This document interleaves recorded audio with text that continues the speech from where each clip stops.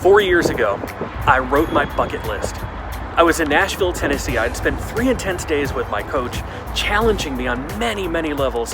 One of those levels was some of my fears. What fears are holding me back from being successful? Some of them were major fears, things that I had to get over. Some of them were pretty irrational, like my fear of needles. Not really holding me back from anything, just an irrational fear that I probably should get over. So on my bucket list, 4 years ago, I said, I'm gonna get a tattoo. I'm gonna get over this fear of needles. It's been 4 years. 4 years of making excuses, 4 years of really just more fear. Until last week, after the Saints game in New Orleans, one of my favorite cities, of course, I was with one of my friends, and she's got a lot of tattoos. And she's been saying for a long time, I'll do it with you, I'll go with you.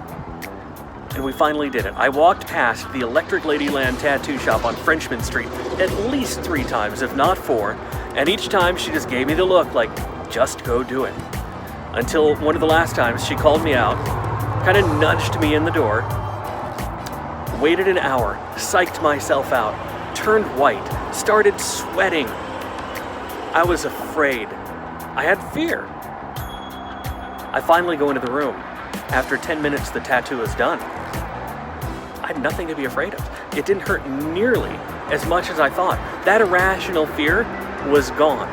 And now I hold one of my favorite cities, New Orleans, in my heart and soul, right here on my arm. What fear is keeping you from being successful? What fear do you need to get over? It could be something silly as a fear of needles, or it could be a huge fear that's holding you and or your credit union or your business or your life back from being successful. Check out my blog this week about fear and some tips I have to get over it so you can be successful in 2020.